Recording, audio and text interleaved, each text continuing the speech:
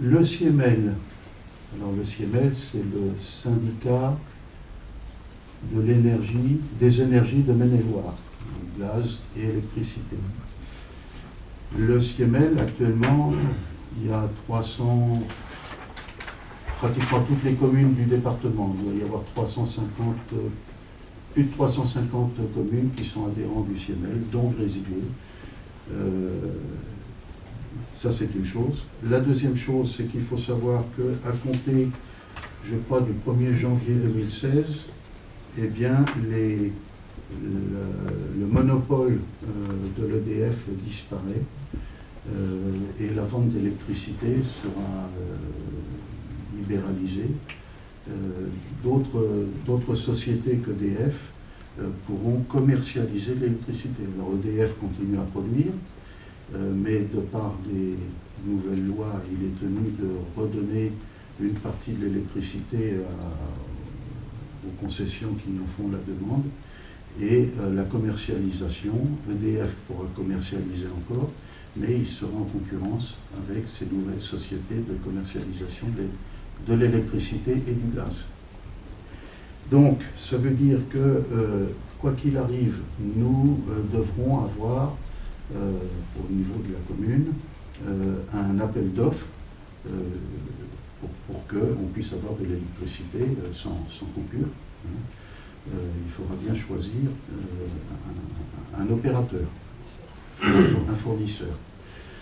Le CIEMEL, dont on fait partie, va lancer pour tout le département un appel d'offres donc justement à toutes ces sociétés fournisseurs d'électricité et de gaz. Pour nous, c'est surtout l'électricité, puisque le gaz, on a déjà le contrat. Et donc, il est tout naturel qu'on s'adresse, étant membre du CIEMEL, qu'on s'adresse au CIEMEL pour faire l'appel d'offres qui va regrouper les 350 et quelques communes du Maine-et-Loire. Donc là, il y a un poids. Sinon, ça veut dire que nous, il faudrait qu'on fasse un dossier d'appel d'offres pour lequel on n'a pas beaucoup de compétences. Et puis on n'a pas de poids.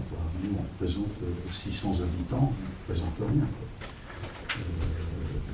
Le département de Maine-et-Loire, c'est 800 000 habitants.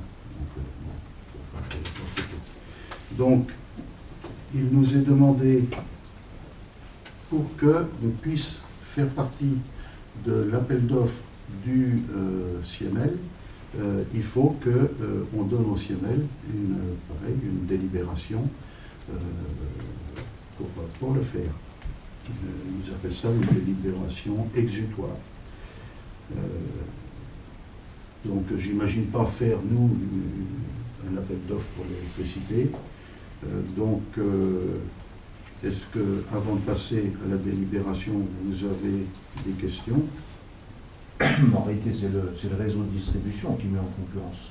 Parce que l'EDF, ce sera toujours l'EDF qui va... Ah, c'est toujours l'EDF qui va produire. Et on ne va pas sortir les centrales vont pas changer. Ah, non. De toute façon, non, mais c'est les réseaux de distribution qui sont... En fait, pour s'aligner sur les demandes de concurrence de l'Europe, l'État a produit de nouvelles lois qui disent que EDF devra... Alors, il y a des conditions...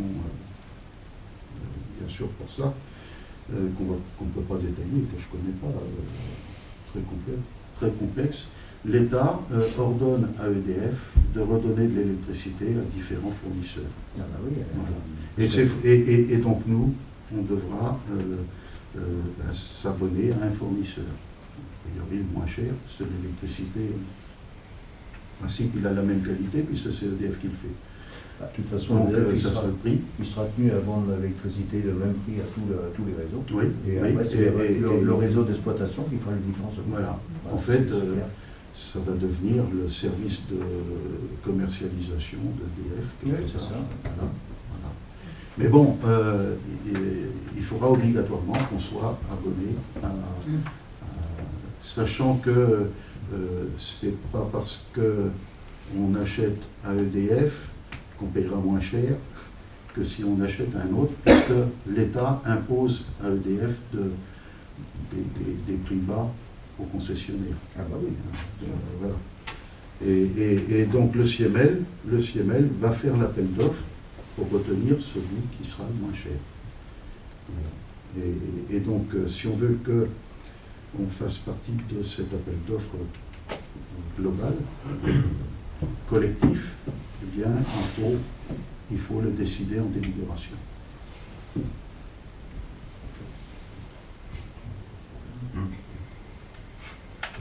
On passe à la délibération. Qui est contre?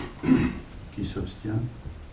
Bon, ben, le CIEMEL fera notre appel d'offres avec les autres communes du département, en espérant qu'ils nous trouvent de l'électricité pas chère.